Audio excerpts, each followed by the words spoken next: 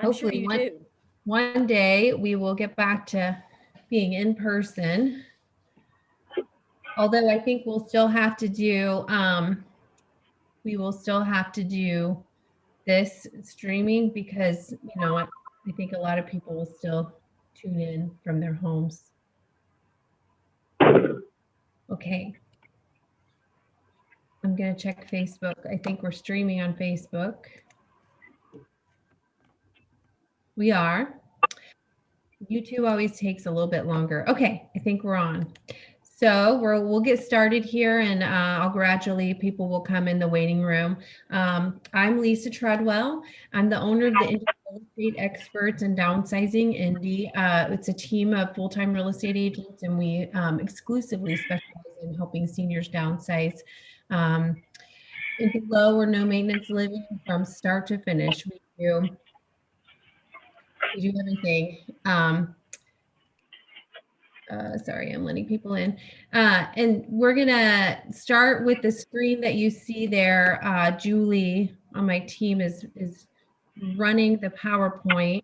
We could not do these monthly events to educate Indianapolis area seniors without our sponsors. So we want to give them all the credit because there is a cost to doing all of this. The marketing, the room, the streaming, all of that is a cost. So thank you guys for supporting every year, for the repeats, and for the new ones that have come on. We're excited to give you guys a lot of exposure and introduce you to our group on here. I'm muting people, so if you start talking, and you might want to look at your mic, just so we don't have a lot of background noise. So with that, we're going to buzz through the sponsors that are here. And then we have a feature sponsor. Since we're not in person, we started giving each sponsor like a little bit of extra time just to talk a little bit about their business. I'm going to start. I know I saw Jeff Stinson's background here, and since he's at the top of that screen, we'll start with you. Just do a quick intro, and we'll buzz around each sponsor here after that. So Jeff, are you here? I am. Thank you, Lisa. Hi, good morning. How's it going? Good. How are you? Fine, thank you.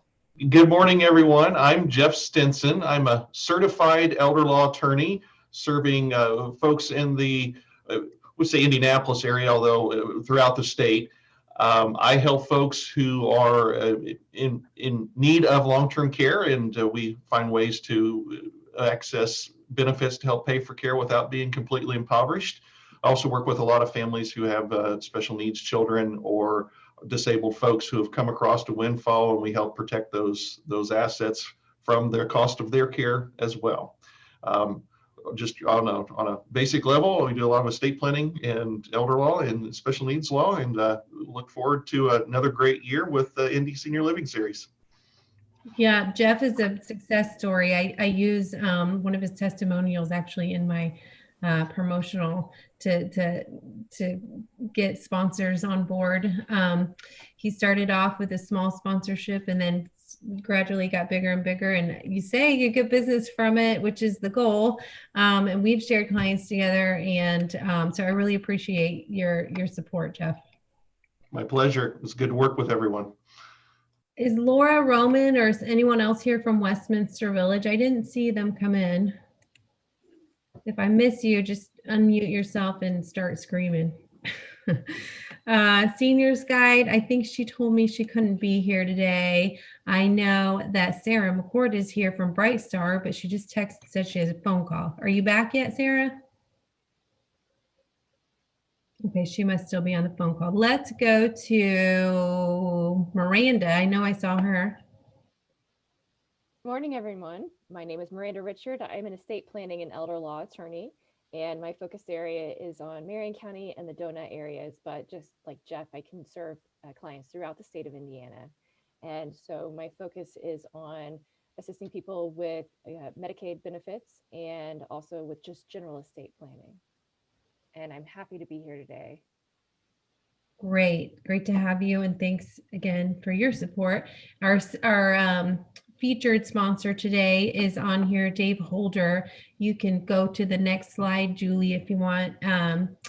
Assisted living locators, and you're on.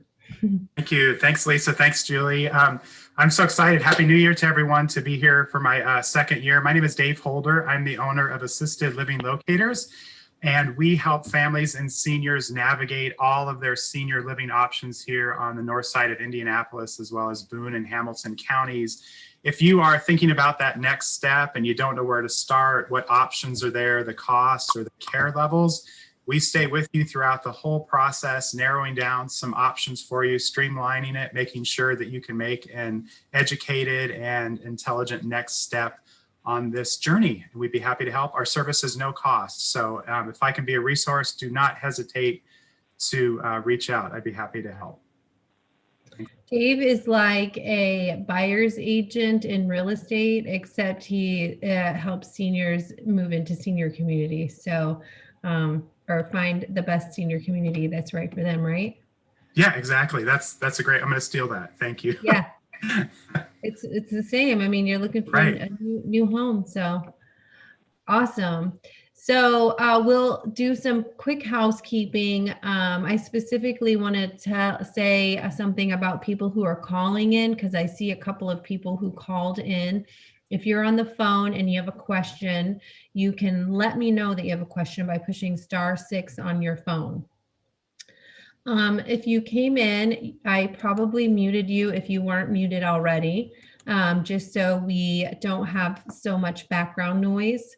I know I have to mute myself when I'm not talking, because who knows if a dog will bark in the background or a kid will come in on break from school. So just try to mute yourself unless you do have a question.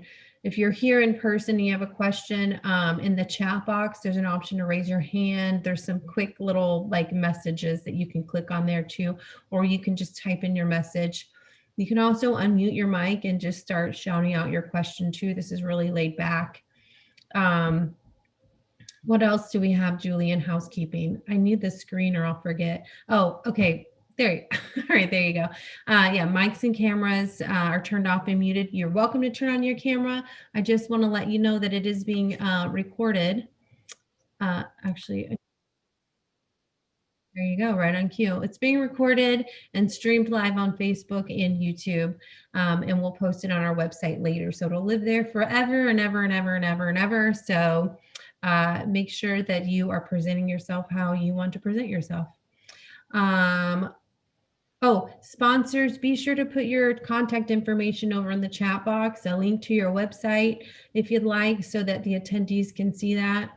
And we're going to post a link to a feedback form, because we really value your feedback, some topic ideas, and how we can improve the event. We really do look at those. And bonus for you, we're giving away 2 prizes.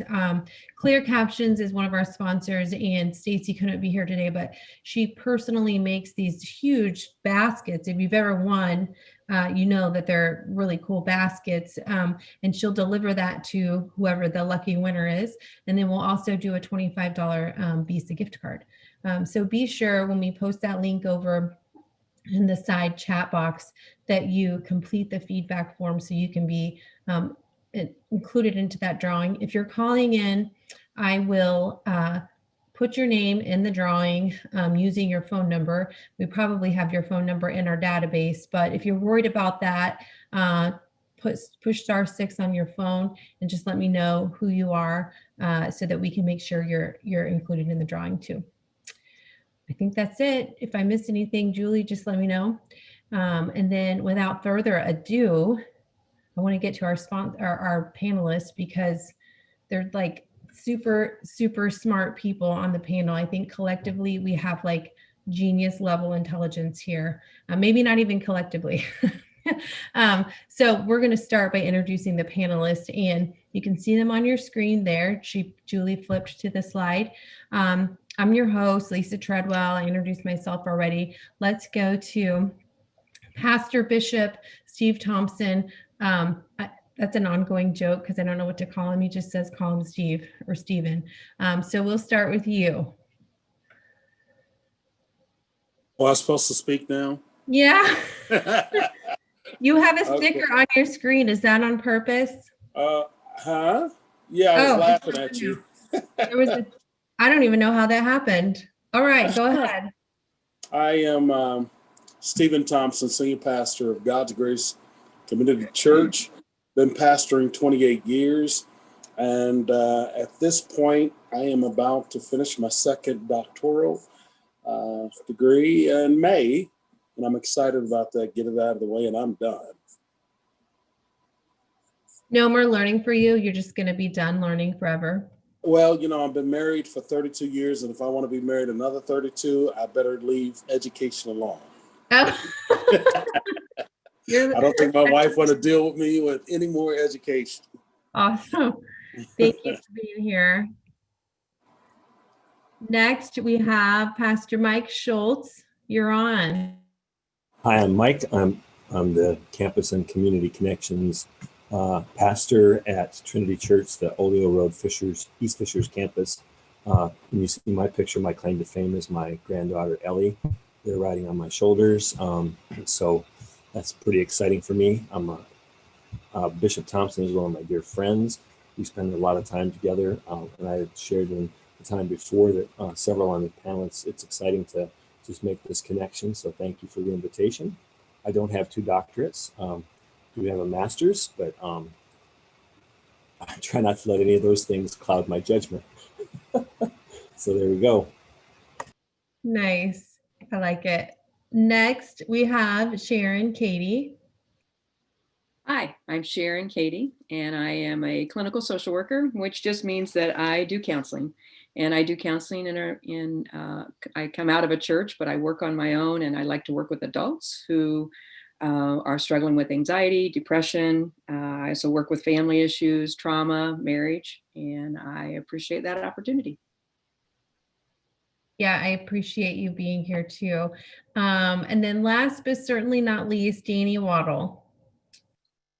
I am Danny Waddle. I'm manager at the St. Vincent's Trust Center, a counselor by training as well. I've been here for just over 20 years and have a history of working with a lot of populations, adolescent substance abuse and young adults were some of the main ones. And now I have responsibilities for several of our different areas, including some of our outpatient work and our inpatient unit counselors that are on those units here in our hospital. You notice how the 2 counselors, they're just like so calm, and their tone of voice is calming just even listening to them talk. I really appreciate you guys all being here. I know time is precious and you guys are probably super busy. The topic that we are talking about today has to do with surviving a pandemic. So I think that you all can impart some knowledge to our audience members. One last housekeeping type of thing I wanted to say, because we have some people watching online. If you're on Facebook or YouTube and you have questions, you can type your questions into the comments, and I'm going to do my best to watch those and ask those to our panelists as we go along. And you'll get your questions there answered there too. So we will move into the questions. I think all of you received these from Julie, and she also posted the link to the handout in the sidebar, the chat panel. If you don't have that, no worries. You can follow along with the recorded event. And then if you want this handout, you're not really missing much. It's just really the questions.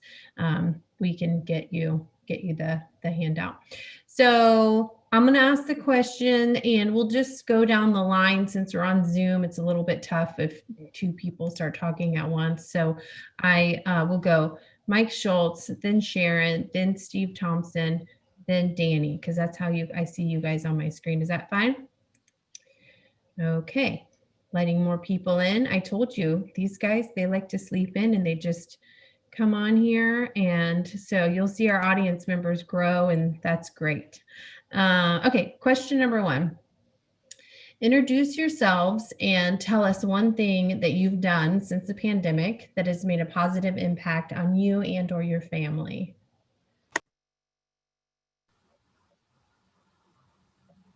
You're muted, Mike. Sorry about that. I must have hit it about the time you were unmuting me as well. Once again, I'm Mike Schultz, and the thing that we've done since the pandemic actually occurred just prior. In December, we moved our my 93-year-old father-in-law in with us, and during the pandemic, what we've done is we've been very diligent about maintaining distancing, good hand hygiene, etc. But I think one of the things that's made the biggest positive difference is that we have deliberately maintained contact. We've just had to roll with the fact that the contacts are different. A lot of it is by phone, by Zoom, in various ways, but we've deliberately maintained contact with people who are important to us. That's good. You're up, Sharon. Well, I'm Sharon, and one of the things that I've done that has increased my own personal mental health is I try to use a different part of my brain, and I've been doing some creative things. So I got back to playing piano, and I started drawing. And let me just tell you, in both of those, I have no talent, but it uses a different part of my brain, and that seems to be helpful for me. Oh, that's good. Okay, Pastor Stephen Thompson. Okay, some positive things that happen for us is taking the opportunity during COVID to feed families. And so we have partnered with other networks to share food to our community. Groceries, we have done that the entire time of the pandemic. Pastor Mike and I, Schultz, we volunteered out at the fairgrounds in Hamilton County to help families get food out there. We've even taken the opportunity to do feeding programs mission-wise over in Africa. So this has been very, very rewarding for us as a family to get involved, share, help people eat during this time where groceries have been limited, funds has been limited. Also, during the Christmas season, I was blessed with my family, to sponsor 3 families outside of my own for Christmas. So it's been very, very rewarding for those type of things. Oh, by the way, I forgot to introduce myself, Steve Thompson. Very nice. Thank you. And Danny? Yeah, from a family standpoint, and this I know isn't always true. Not everyone can do this, but we were lucky enough to be able to find a good social, they call it the COVID bubble. I do have young kids, and they've been virtual learning for the majority of this time. And we've found 2 other families that we're very close with that we're able to kind of share kids around during that virtual learning time, which has certainly been a larger impact on my wife, who is stuck at home most of the time with kids, but that has certainly helped our family.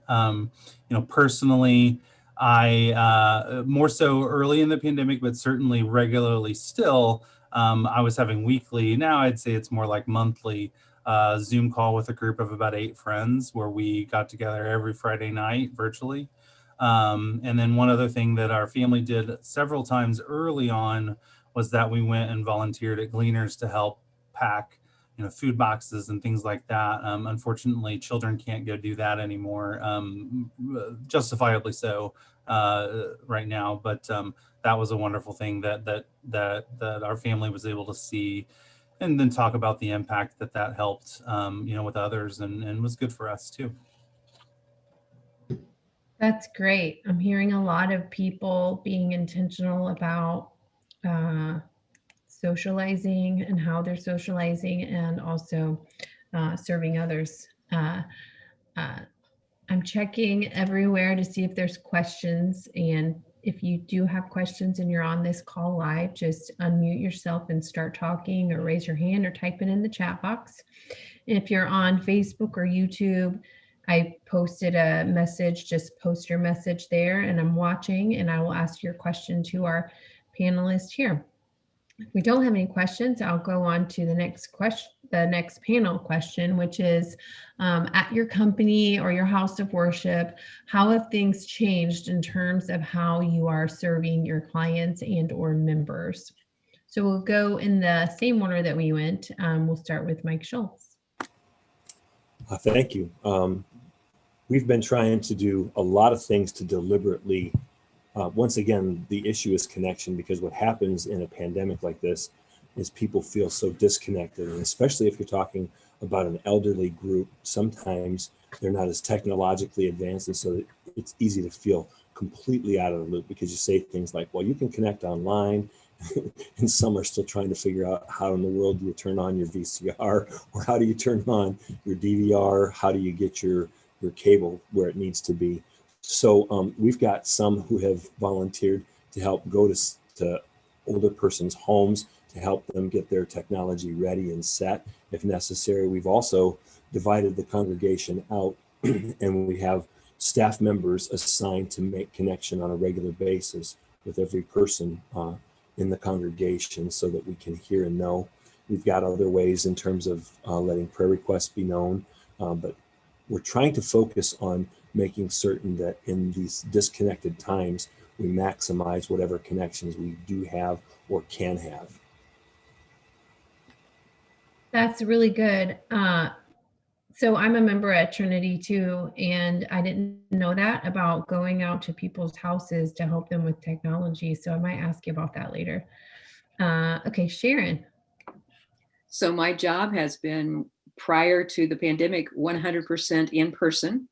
And by April, I was doing 99% online, which I had always resisted. And so my business has gone from working with people in person to now about 3/4 online. And so finding that that actually works for a lot of people pretty well. And then there's still some folks that, depending on the circumstances, I still see in person. So that changed a lot of how I did my work, getting used to using the online, people getting used to using that as well.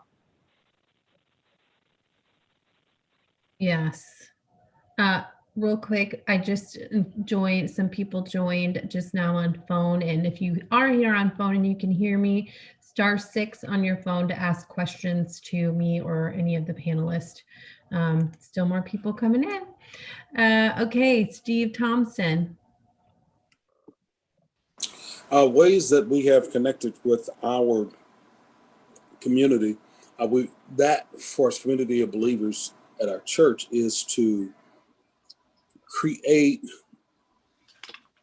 ways for those to connect and contact us. So we have had virtual services where we can discuss and talk back and forth, virtual Bible studies where we connect, talk back and forth. We have used calling, where we connect back and forth with calling, text, emails. So we're using a lot of technology, but I'm still Trinity's the one going back and forth to people's house, helping them with technology. I'm gonna get that one, Pastor Mike. So it's been different in that people cannot actually touch physically, but we have been touching through cyber networks and things of that nature. It's gone very well at this point. Yeah, that's great, and I think it's a good thing to be helping folks get connected. This morning, one of our attendees, her daughter called me to figure out how to get her mom connected, and I'm glad she was able to get here. So I'm a Generation Xer, and I feel like we are finally getting some acknowledgement for our connection. We're connecting the generations. and so I think helping with technology is something I want to get involved in too. Danny, you're up. You're muted. And yeah, so there's that. There's the coming off mute that we all do all the time, right? Similar to Sharon, all of our outpatient services have transitioned to virtual, over the course of the the pandemic, they were virtual, and then back to live for a short period of time, or a good period of time in the summer, and then have transitioned back to fully virtual. And on our inpatient unit, obviously we're part of a hospital system, and our hospital's dealing with COVID and all of the other illnesses that people end up in the hospital for, which certainly puts a strain on the whole system. But just in our mental health unit, particularly, we really haven't seen much of a decline in our volume of patients needing acute inpatient care. And those are really sick patients, really sick people. And even more so, we're seeing a lot more psychosis and a lot more really serious mental illness is what's bringing people to the hospital. In trying times, one thing that's pretty universally true is that no one ever wants to go to the hospital, but in a time like this, you really don't want to go to the hospital, whether it be medical or mental health. And so by the time you end up here, you're really ill. And so that's been a big adjustment for us, is not really seeing much of a decline in the number of people that are coming into the hospital, but the people that are coming in are even more sick than maybe in normal times, right? Yeah. I'm checking again. If you're here live on the Zoom, type in your questions over in the chat box. If you can message someone privately by clicking the two, there's a drop down menu there, or just type it in, unmute yourself, start shouting out. If you're on the phone, you can push *6 on your phone and it will alert me. And if you are watching the live stream, just type your questions into the comments and I'll ask them. On to question 3, if we don't have any questions or comments from that. Okay, circling back to the one thing that you mentioned in your introduction, can you tell the viewers what led you to making those, being intentional about making those changes, and how you got to that and why?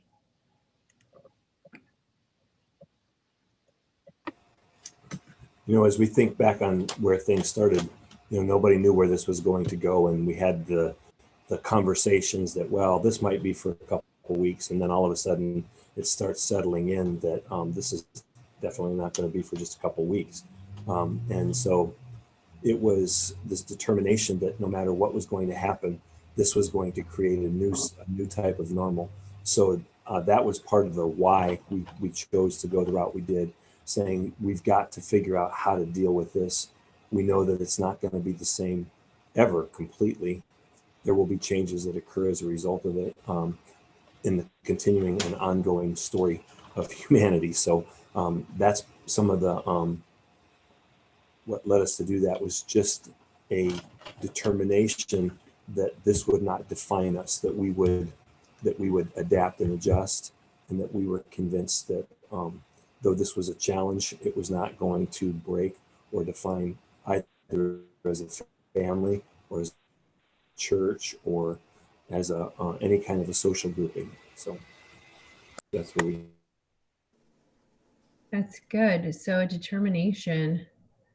I remember I had just come back from a conference in February when everything started. I mean, I was at a conference with like 400 people, and hearing about everything, and then there we were in March, everything closing down. So like a week later, or the next week. Sharon, you're up. Yeah, so at the beginning and through a good bit of the summer, our situation was a little bit different in that we started living with my mother-in-law to care for her while she had a serious illness, and eventually she passed. And so I found that I was stressed at work, not stressed at work, but it's some heavy stuff at work and then heavy at home. So I felt like TV and reading were I needed something different. And so I have a mentor that talks about using a different part of your brain. So sitting down at the piano and doing something that didn't require me to think in the same way, or drawing, again, not because I'm great at it, but because it was challenging to me. It let me use something and kind of took me to a different place, took away some boredom with the usual stuff, and challenged me to put out something. And I like that. I love that you're like, I'm really not very good, but I'm just using this part of my brain. My daughter, some of you know Helen, she has been taking ukulele lessons from a gal at our church, and then she recently added on piano lessons. And this is one of the only things that she's really like stuck with. She's not like she's played sports, but that's not her thing really. She's more artsy, and so she got a piano for Christmas. Well, a keyboard, but it's like it has the 88 keys of a piano, so and it's weighted and everything. And we all have gotten on there as a family and brushed up on our chopsticks skills. I can play chopsticks now, and I can play. But what I thought when I was really working on that was the focus that I had to focus on it, and I couldn't focus on anything else, you know? So all those things that go through your mind, you can just stop it and just focus on that one thing. And I really enjoyed it, you know? And before you know it, 30 minutes had gone by, and I'm really good at chopsticks now. Steve Thompson, you're up. One last thing before you answer that. Some of you know my mom. She has helped when we did the in-person events. She would take off work to come to the church to help and greet people and make sure everybody had the handouts and everything they needed. And some of you have asked about her and told me to tell her hi, which she really appreciates. So I just saw that she joined on Facebook Live. She said she was going to try to get on here. And actually, she's the one who introduced me or connected me with Danny Waddle, who's on here as a panelist too. So hi, Mom. Everybody say hi, Mom. All right, Steve, She's you're up. basically about 15 feet away, maybe 20 feet away from me right now. Oh, good. So you guys are, that's nice. So this is where we share with some of the things that our family does. Well, I got a daughter, my oldest daughter, she loves to paint and she does crafts. So she's kind of artsy in that area too. She builds frames, boxes, things of that nature, paint them, and then gives them away to help other people. Also, my youngest daughter, her outlet is school. She loves education. So she wraps all of her mind around that. And then I have two older sons. My youngest son had a preemie February of last year. He was born at 5 months instead of weeks. I think it's 24 weeks instead of 40 weeks. So he was a preemie. God blessed. He's doing very well at this point.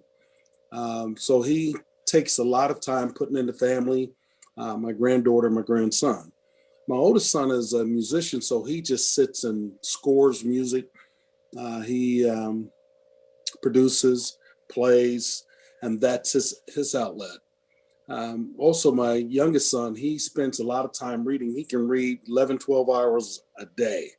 So he he didn't get that from me, that's for sure. But nonetheless, those have been ways of outlets. My wife, she sits and binge on the news. So she's a news junkie at this point, which I never thought I would ever see that. But those are the ways they let themselves out. Myself, I go to the gym. I love working out, and I find that to be the best stress reliever for myself. So this is ways that we have done as a family. But one of the things that we have done is connected. It was a missionary who was stuck here in Indianapolis from Africa, and they didn't have food in his village and things of that nature. And that kind of been the thing that really put us together, start doing more missions in the Africa area. And it's been very, very rewarding, very rewarding. That's great.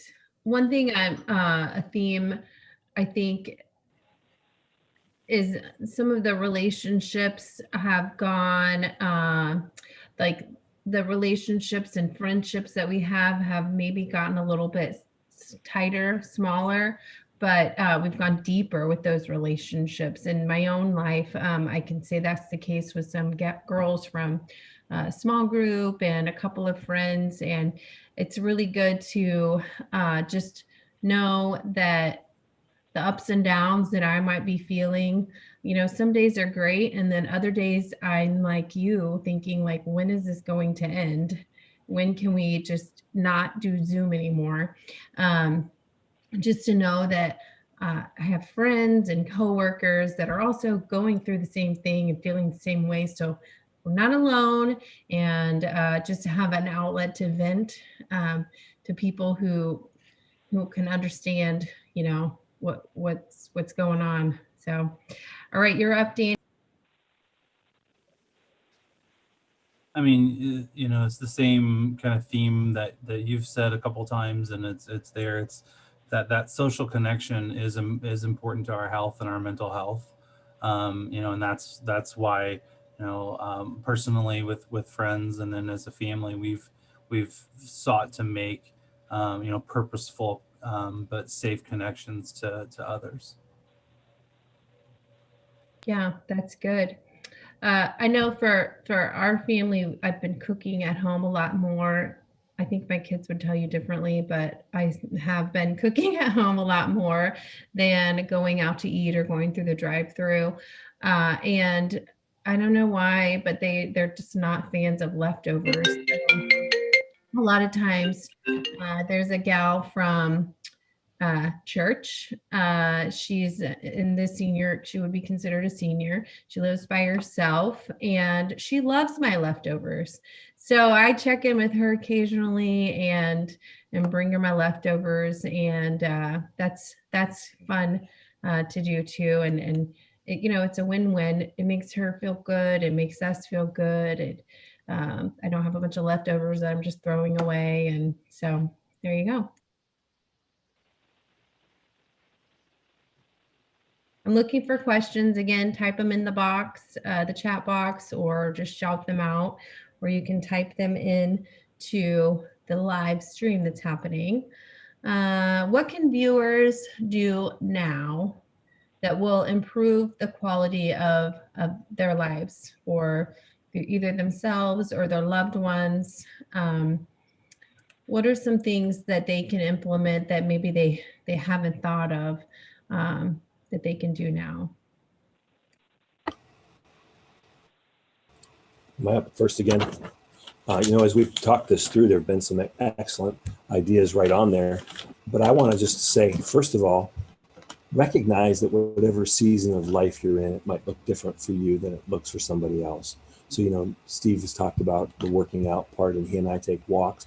I realize not everybody has the mobility to do that, but the whole idea of some sort of movement is a great thing. If you're facing a significant illness, recognize your body's own signals, but choose to do something that helps you connect with others. It's easy to get caught in a funk and say, wow, things are difficult. So sometimes it's easier to just not do anything. The issue is choosing to be deliberate in some way. Lisa, I love what you said about great thing. I realize you can't have people over in ways that you for, but there are great ways to make connection in doing some of those things. So I encourage folks to do that. If you have trouble with technology, I recognize that some people hate it and some people are very frustrated that we have to utilize so much of it. But take one small step and start to embrace one aspect of technology so that you can begin to move in a direction that says, hey, because this is not going to go away. This is simply not going to go away. And give yourself grace and recognize that if you feel uncomfortable with some of this, that's totally okay. Don't worry about feeling uncomfortable about this. Everybody feels at least somewhat uncomfortable because this is a very, very different situation. So as you think towards the future, I loved what Sharon said too about exercising a different part of your brain. It caused me to say, I'm going to pull a guitar out of the attic. That's an excellent thought. So That's good. Yeah.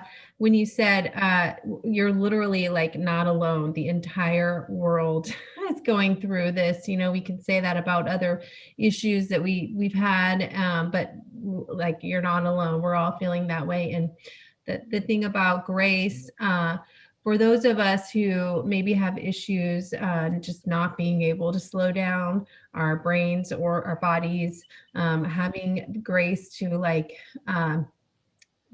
just turn everything off and just sleep in, or whatever it is, something that may be uncharacteristic, giving ourselves the permission to do that too.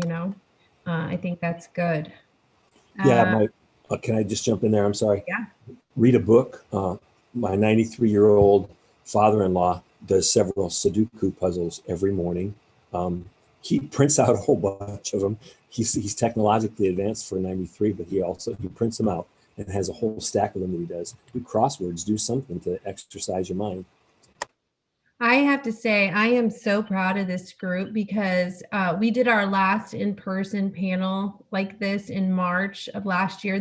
We're going into our 5th year, by the way, of doing these. So, and a lot of these people who are on here watching, they have come since the very first year. So when we went to Zoom in April, we called a lot of the attendees personally to check in and make sure that they knew how to get on Zoom. And by that time, so we do these the second Thursday of every month. So that would have been the second Thursday of March. By that time, a lot of people had already started using Zoom for church services and, talking with family and everything. And they did not miss a beat. I thought my phone was going to be blowing up. We had all hands on deck that first month, okay, be ready. Our phones are going to blow up with people not knowing how to log in or turn on their cameras or something. And it was as smooth as can be. Occasionally I get a call or a text or email or something, but I'm so proud of this group.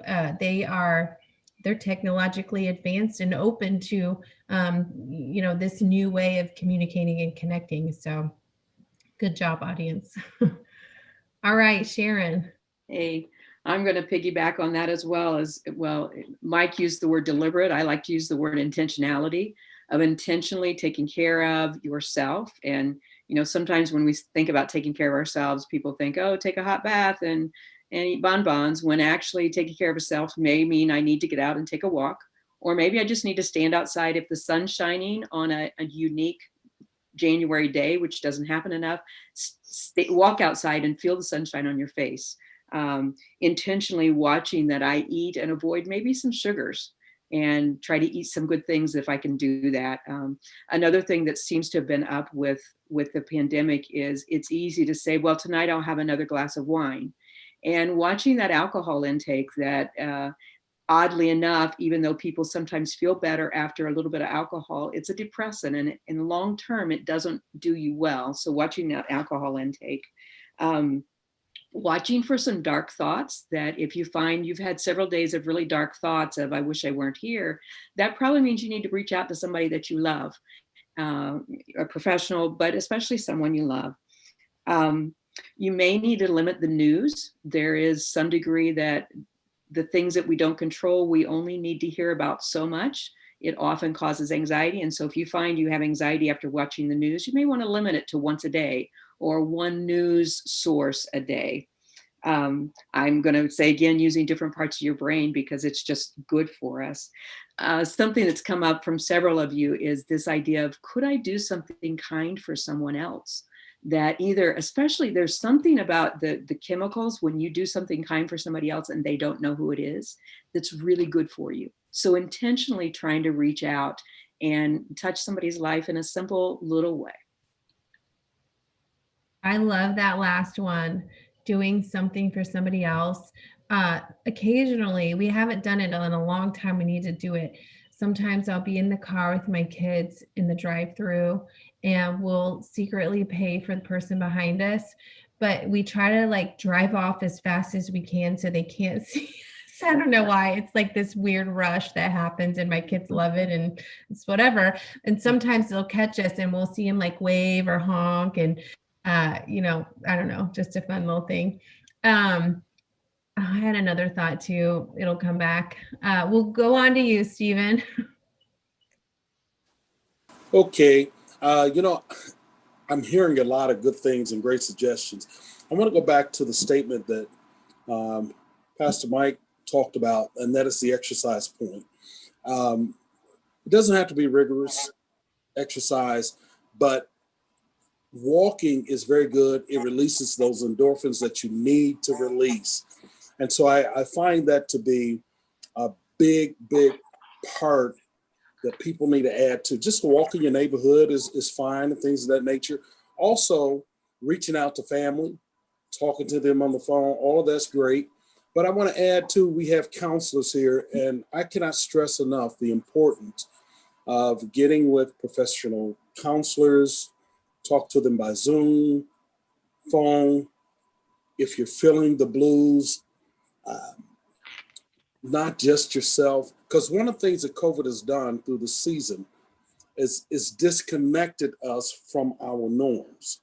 And those disconnections can breed depressions.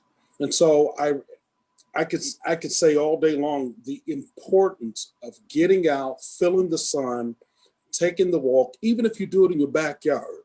You need to do it. Staying in the house with the fear of catching the disease, there are places in your neighborhood you can go.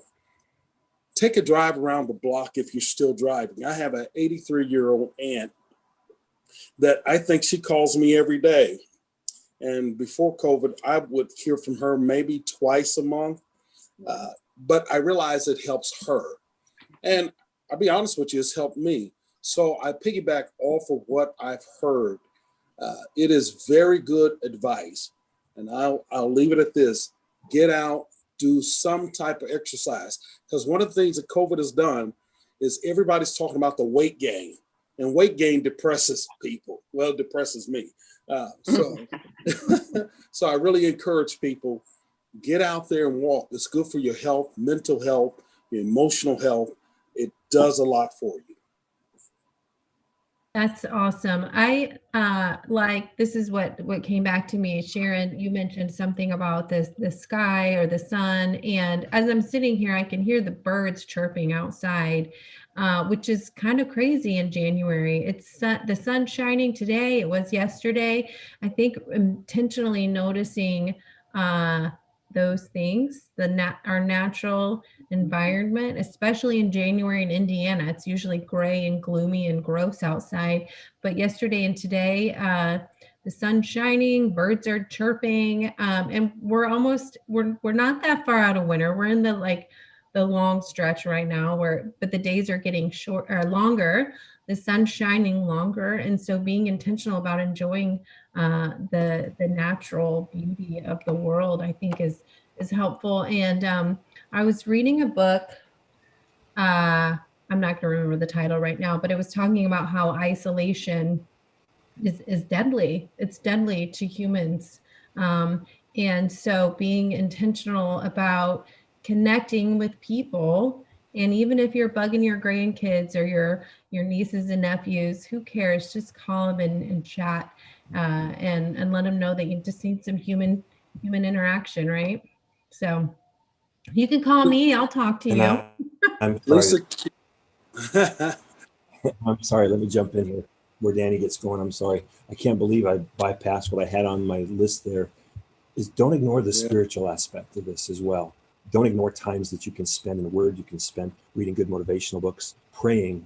We're hosting a 21-day podcast that started on the 10th, and every day there's a led prayer. Are different ways for you to connect spiritually, whatever your faith tradition might be. Don't leave that out during the pandemic.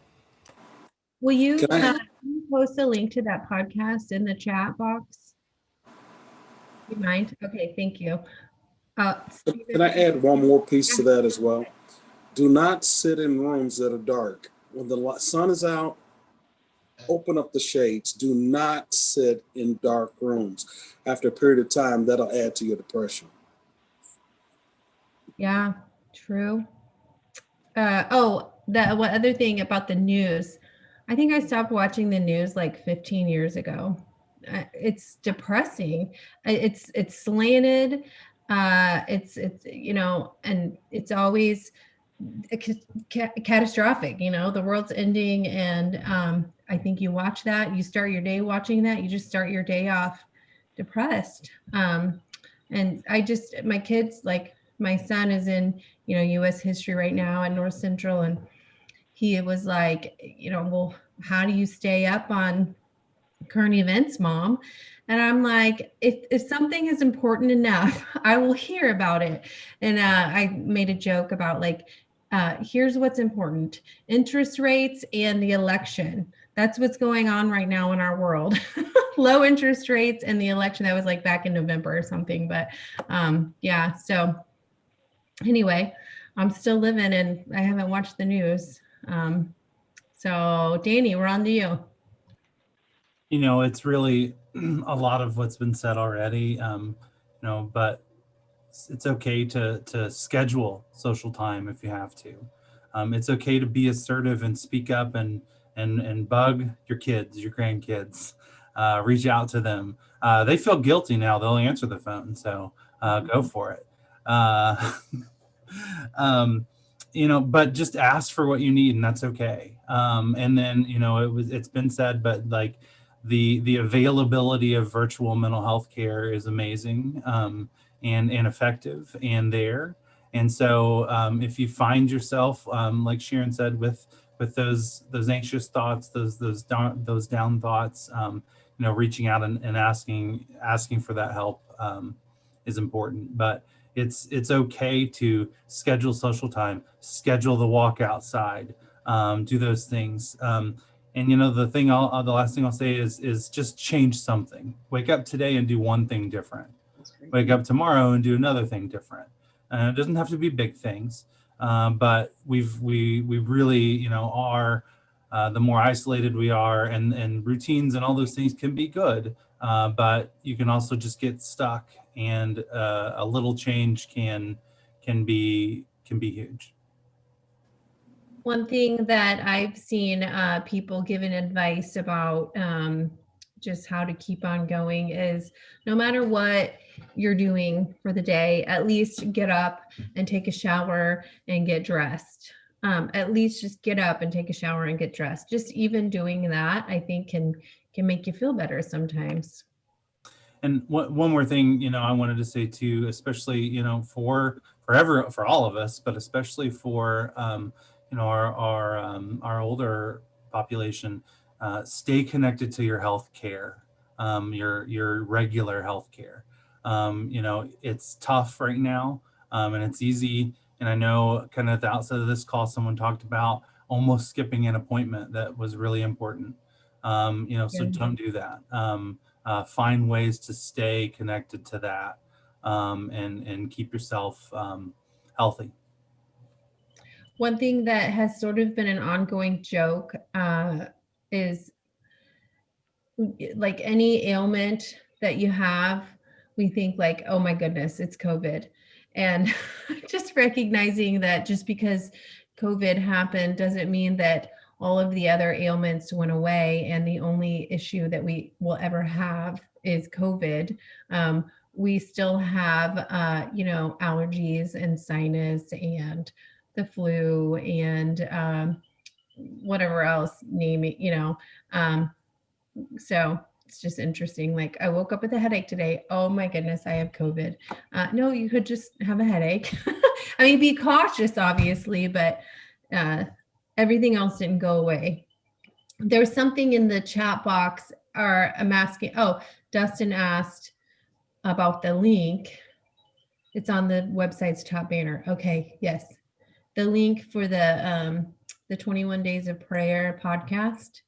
That's at encountertrinity.com. I had spelled it incorrectly on the first. Did you? I didn't even notice. Yeah, there you go. So the link to that podcast is over in the chat box. And if you're on the phone, it is encountertrinity.com is the website. And then there's a banner at the top that says join us for 21 days of prayer. And then you can link to that. And then wherever you listen, either Spotify or Apple or whatever, you can go to the Made for More podcasts. Made that's for More where- podcasts. Yeah. And if anybody's watching or listening in, you have issues with it, just reach out to me and I'll help you get to where you need to be. Looking for questions. We have some more people watching online, which is great. If you're online through Facebook or YouTube and you have a question, just type it in the comments. I'm watching for questions or comments, and I'll post them here to our panelists. And then if you're on your phone, again, it's *6. I think we have 2 more questions, and we're at the top of the hour. I'm just watching the clock too. What resources are available at your company and or house of worship for seniors who need help? So we're specifically talking about the 55 and over group or 65 and over group, whatever you consider a senior, that's helping them. I know, Mike, you mentioned volunteers going out to help people get connected. Technically, what else is happening out there? Well, depending on where they're at, we do have a person who serves in several of the assisted living facilities in Fishers and Indianapolis area. So there's sort of an on-site in a couple of those. His name is Mike Summers, and he does that. That's one. Also, in regards to it, mainly our resources are online resources. We have our services are streamed. We have various things, but we're always open to anybody reaching out if there's any particular way that we can help. I've done front porch visits for those who just need someone to talk to, somebody to pray with. I've done front porch visits where we simply have a time of prayer with them. Several others have done the same. So there are some of those resources that are available. If somebody is just about to burst and says, I need some personal contact or interaction, we try to help out in that way however we can. We also try to direct people to other resources, one, the counseling center that's located at Trinity, and as well as other resources that we link through the website. And he mentioned online. I know if you're calling in, online may just not work for you. You can reach out by phone, just call and we can figure out a way to get you connected. If you're on here, you had the phone number. We can type our phone numbers over here in the chat. Connect with us however you can, and we'll figure out how to get you connected, how you need to, whether that's in person or by phone or using technology. Okay, Sharon. Yeah, so I can offer counseling for people with anxiety, with depression, with other issues. Or the other thing is, if your insurance or if my schedule doesn't allow, then I can hook you up with someone who would be available to you. And most services are available online now. There are some people that will see you in person if that's your preference, but I can connect you to those services as you need them.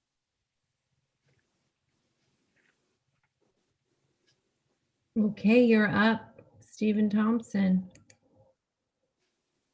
I like what Sharon was sharing for those who need counseling. But right now, what we do, and I'd like to partner with you if we can, Sharon, we offer live services for them. That's gone very, very well for them on Sundays. And then Tuesdays, our midweek, they're able to get on and get live midweek worship. And then we offer prayer services, because I am a big component of prayer, and that is something that's greatly needed. We do that by phone, and several of our seniors get on with that.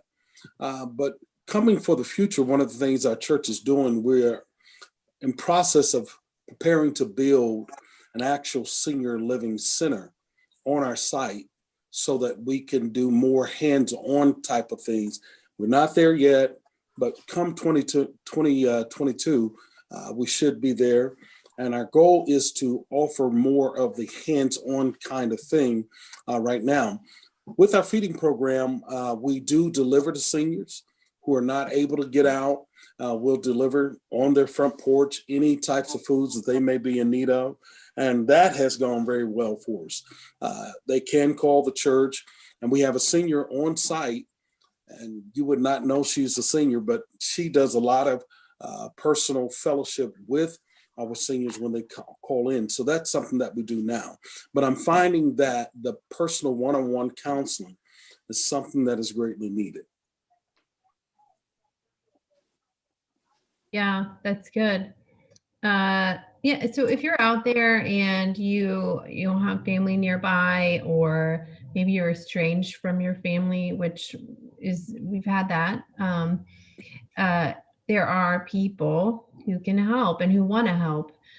So reach out. If you're on here, I think you know how to get a hold of me, but I'll put my contact information in again, and I can connect you with any of the panelists or the sponsors, or somebody else who you might need to help. Oh, my mom has a question for you, Danny. Maybe she asked you while she's sitting right next to you. She says, Danny, did you tell about our senior adult group? So since you're up, you can go ahead. I didn't yet, but it's written on my notes here. So I have three things kind of, resources now to say. One is certainly, we have a crisis office, and we have our acute inpatient unit. And so certainly if you or a family member are in a psychiatric crisis, certainly that is available. We do have a regular outpatient service that is a senior adult group, that is group therapy for older adults. And like the rest of of everything else, that has been impacted by COVID, and I believe is actually currently on pause, but had been virtual for a minute, and certainly will be hopefully back soon. But that is an available resource at times. And then the other thing, I'll go away from the mental health aspect of it and give the plug for, if you're 70 plus right now, you're eligible for the vaccine in the state of Indiana. And there are lots of different sites for that. Ascension St. Vincent here in Indianapolis happens to be one of the sites that you can choose. That you sign up for those through, it's a state website, or you can call 211 for their assistance to sign up. I'll just advocate for our site in that I feel like it's well run, lots of great space, and get people in and out. And I know when it went live earlier this week for 80 plus folks, they were getting the wheelchairs at the front door and ready to help folks that needed that help for mobility. So, as soon as you're eligible and able, I'd advocate for getting the vaccine. And if you're in our geographic proximity, I'd advocate for our site is a good one. But certainly there are lots of sites to get to. So what is the age right now that is? I believe as of 2 days ago, they opened it up to 70 plus. I think just within the last couple of days. So if you're out there and you are 70 plus, you can sign up to get the vaccine. I think there's also a sign up at the VA hospital I heard about this week. And if you need transportation, and I can help you get connected, there are a couple of transportation companies out there that we know about that are specific to seniors. So they have wheelchair, access to their vehicles and things like that. Or if you're the caretaker of a loved one who could qualify.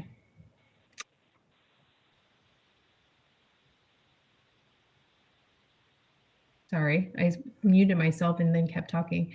The last question we're on to is, what is the best advice that you can give viewers about how to continue to survive and thrive through the pandemic?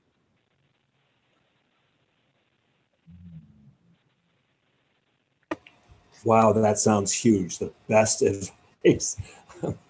I don't know what the best advice is, but one of them is simply, you've said multiple things through here. Recognize that you're not alone.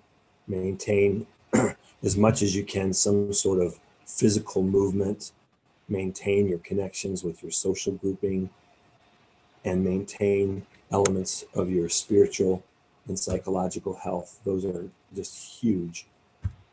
But recognizing that you're not alone and simply saying, hey, I'm not going to give up. That's where I would be at with it. So That's good. Somebody must be at my house because my dogs are going crazy. I think the kids got out of school early today. I don't even know what their schedules are. I leave that to them because I can't even keep up. So if you hear dogs barking, I apologize. We had a question online. What are some things seniors who are watching the live stream, what can we do better as a resource to you? What are some things that we can do better, or some things that we can just do that we're not doing at all? So if you have any ideas, just speak up, because we are definitely open to hearing from you as well. While you're typing your questions or thinking about that, we'll go on to Sharon.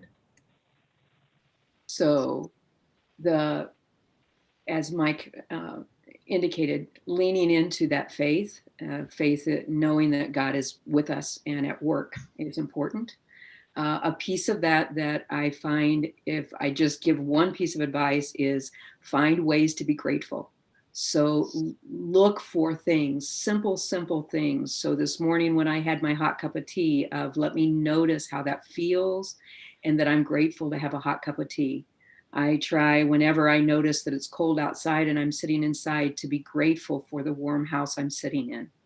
I try to be grateful when I hear laughter from my husband or from a family member. I like that gratitude of just noticing. So taking the moment, because that makes a difference, even chemically, to notice what you're grateful for.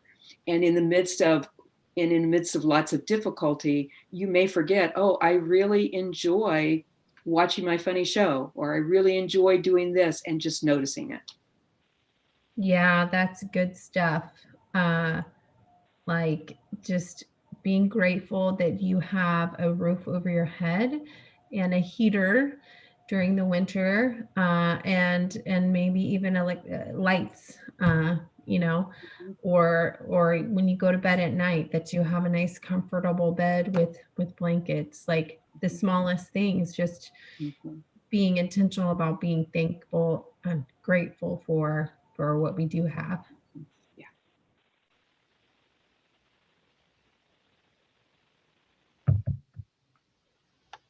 You're up, Steve.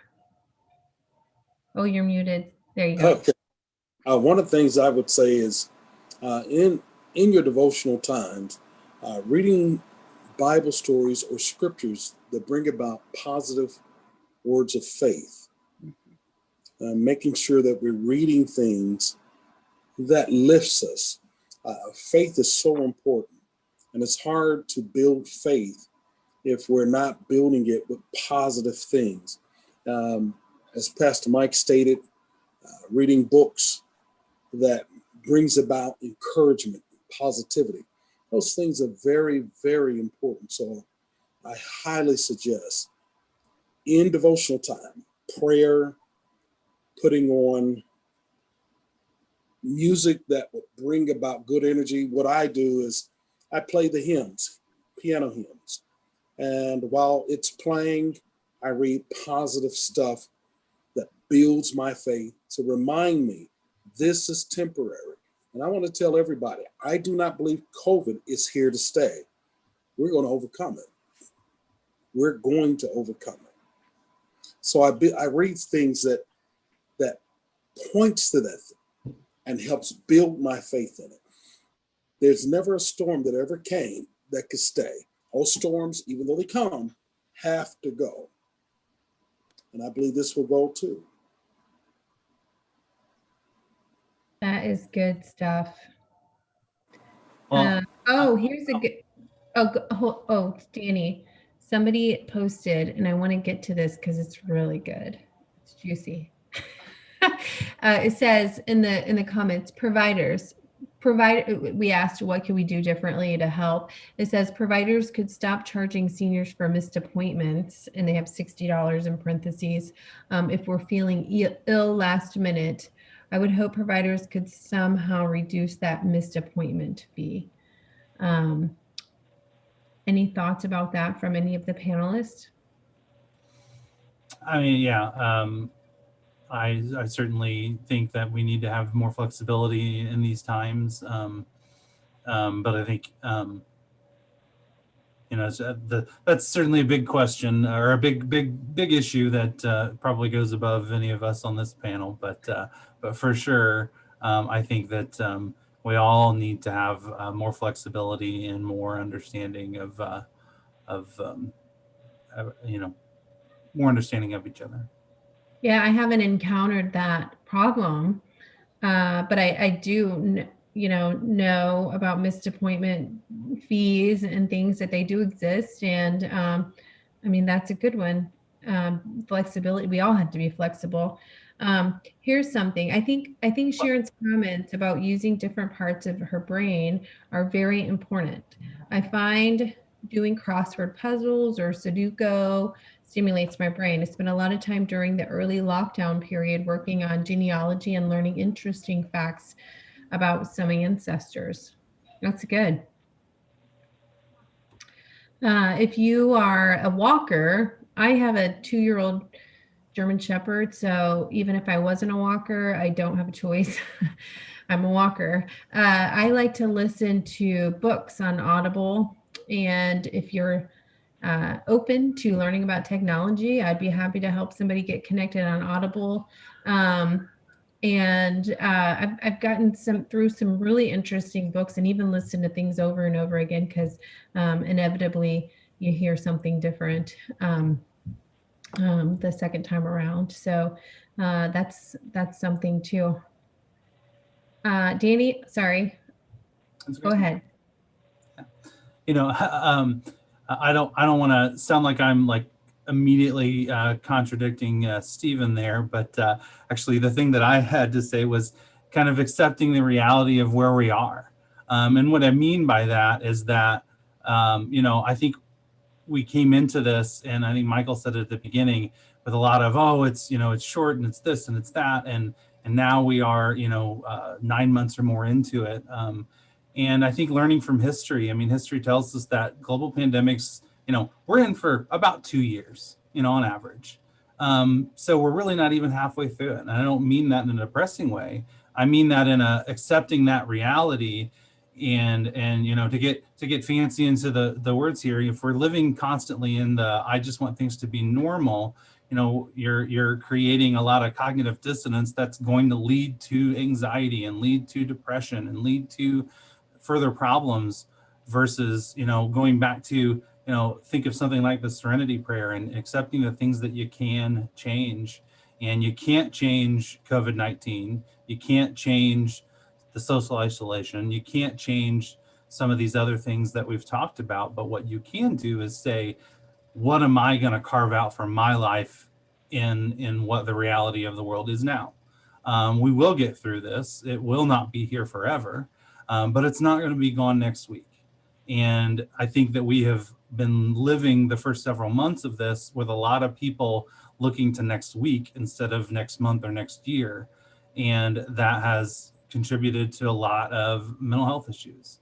And the more we can stay focused on what can I do to feel, have some fulfillment today and connect socially today and make a change today, or take a shower today, or do the things within my control, that will lead to a lot more health and happiness and mental health.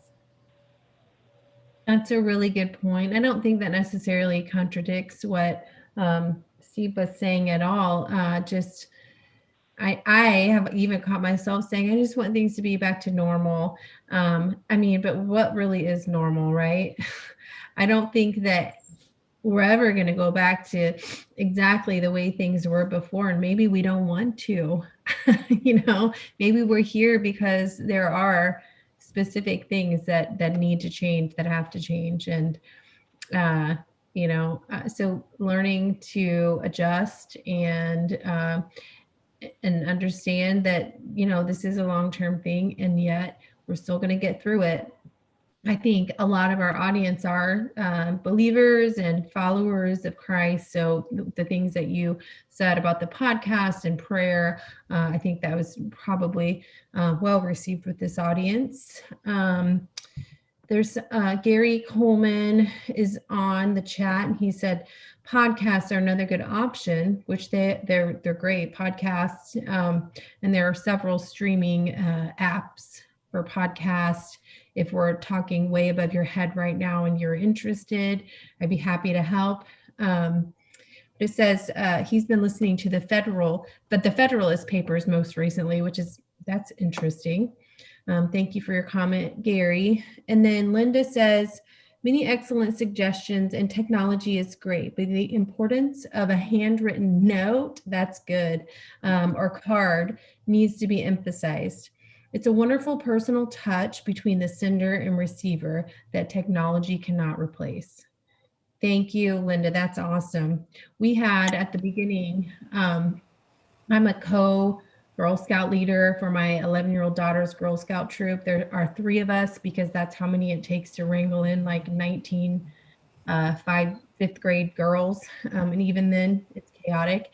But one of the projects that we had them do is write personal notes, and we passed them out to senior communities. We just dropped them at the patio, and occasionally, or at the front porch there, occasionally we'll get on Facebook and say, let's do another round of postcards. And for the artsy people, they color pictures like my daughter and put stickers and things on.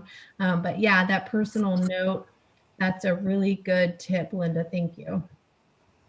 I'm looking for more questions or comments, and panelists or sponsors, if you want to hop in there, you can. We have about 10 more minutes left.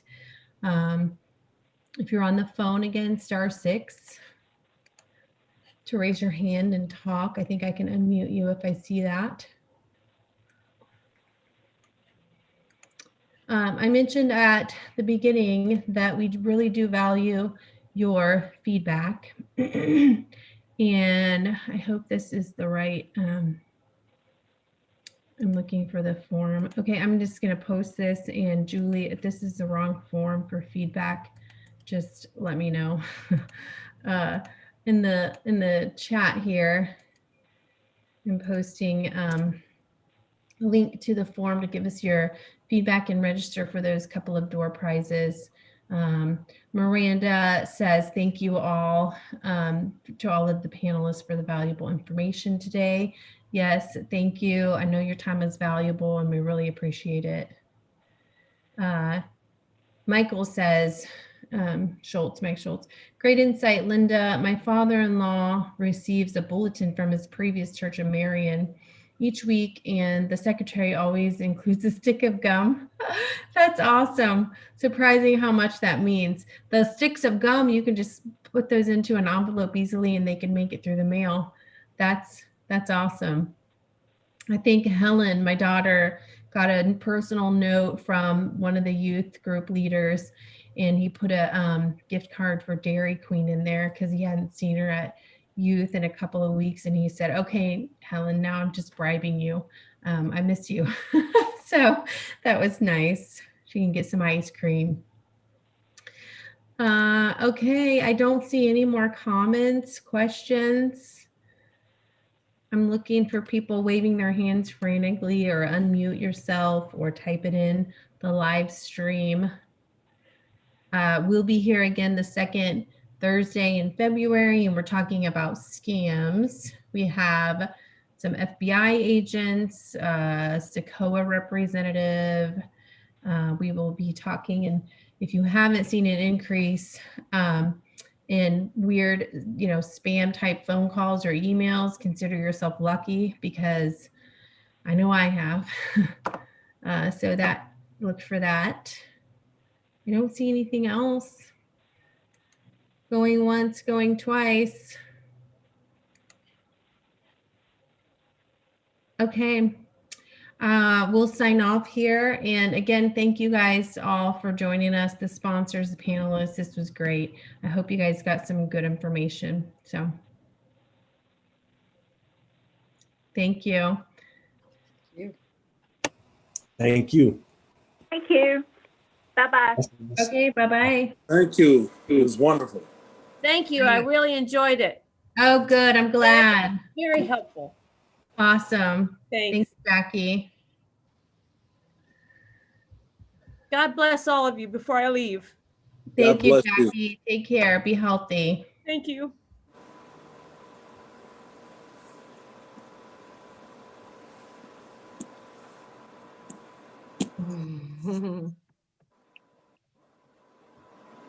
Thanks, Lisa. All right. Bye, Myrna. Take care, dear. Stay safe. You too.